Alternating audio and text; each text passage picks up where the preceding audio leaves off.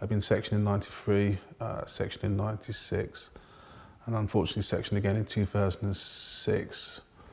And there's patterns, same sort of patterns: suicidal thoughts, deliberate self-harm, feeling angry, given medication, discharged. When they look at me, they don't see Colin, they don't see me as an individual and an identity with a specific history. They see a catalogue of black men who come off this stereotype of being big and dangerous and angry, and that's equated to people who then are outside their cultural understanding.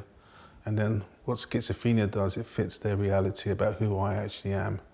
So when I used to be an approved mental health practitioner, I was colluding with the same types of stereotypes and realities about black people. And the Mental Health Act reproduces that legally in terms of how it looks at black people. It reproduces that culturally in terms of the stereotypes it makes about black people's lives, their families, their patterns, their cultures. And unfortunately, it demonises them, and the only setting that they can be controlled is the mental health ward. And unfortunately, we haven't moved forward.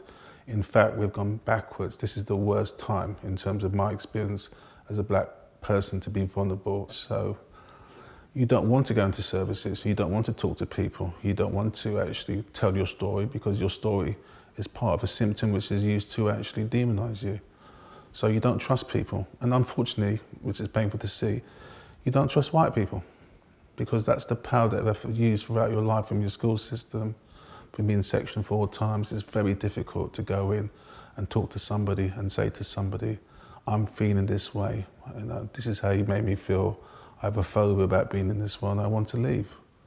So it's very difficult to actually engage in services as a black person, even at this late stage in my life. We need to change the behavioural responses and attitudes and values of professionals who still have these perceptions of black people that's leading to this overrepresentation of certain diverse communities.